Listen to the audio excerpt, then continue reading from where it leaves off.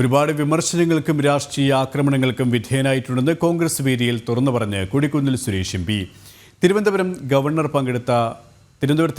പങ്കെടുത്ത Dalit progress conclave പരിപാടിയിൽ സംസാരിക്കുകയായിരുന്നു അദ്ദേഹം. തുടർച്ചയായി കേരളത്തിലെ സംവരണ മണ്ഡലത്തിൽ നിന്നും ജയിക്കുന്നത് എളുപ്പമുള്ള കാര്യമല്ലെന്ന് പറഞ്ഞുകൊണ്ടായിരുന്നു കൊടിക്കുന്നിൽ സുരേഷിന്റെ വാക്കുകൾ. എന്നാൽ പുതിയ നേതൃത്വം വന്നതിന് ശേഷം അദ്ദേഹത്തെ വേട്ടയാടിയിട്ടില്ല എന്നായിരുന്നു വി.ഡി. സതീശന്റെ മറുപടി.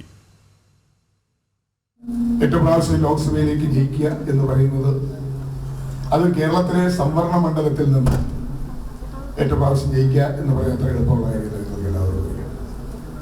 കേരളത്തിലെ സംവരണ മണ്ഡലങ്ങളിൽ ആർക്കും ഏറ്റവും പ്രാവശ്യം ജയിക്കാനും കഴിഞ്ഞിട്ടില്ല എന്നുള്ളൊരു വസ്തുത. രാഷ്ട്രീയമായ ആക്രമണങ്ങൾ അതുപോലെ തന്നെ ഒരുപാട് പ്രതിസന്ധികളും എനിക്ക് നേരിടേണ്ടി വന്നു. നമ്മൾ ലീഡർഷിപ്പിൽ വന്നതിന് ശേഷം അദ്ദേഹത്തെ ഒട്ടും വേട്ടയാടിയിട്ടില്ല. അദ്ദേഹത്തെ ചേർത്ത് നിർത്തിയിട്ടുണ്ട്. ഞാൻ എൻ്റെ ഒരു പ്രിയപ്പെട്ട സഹോദരനെ പോലെയാണ് അദ്ദേഹത്തെ കണ്ടിട്ടുള്ളത്. അദ്ദേഹത്തിന് അറിയുകയും ചെയ്യാതെ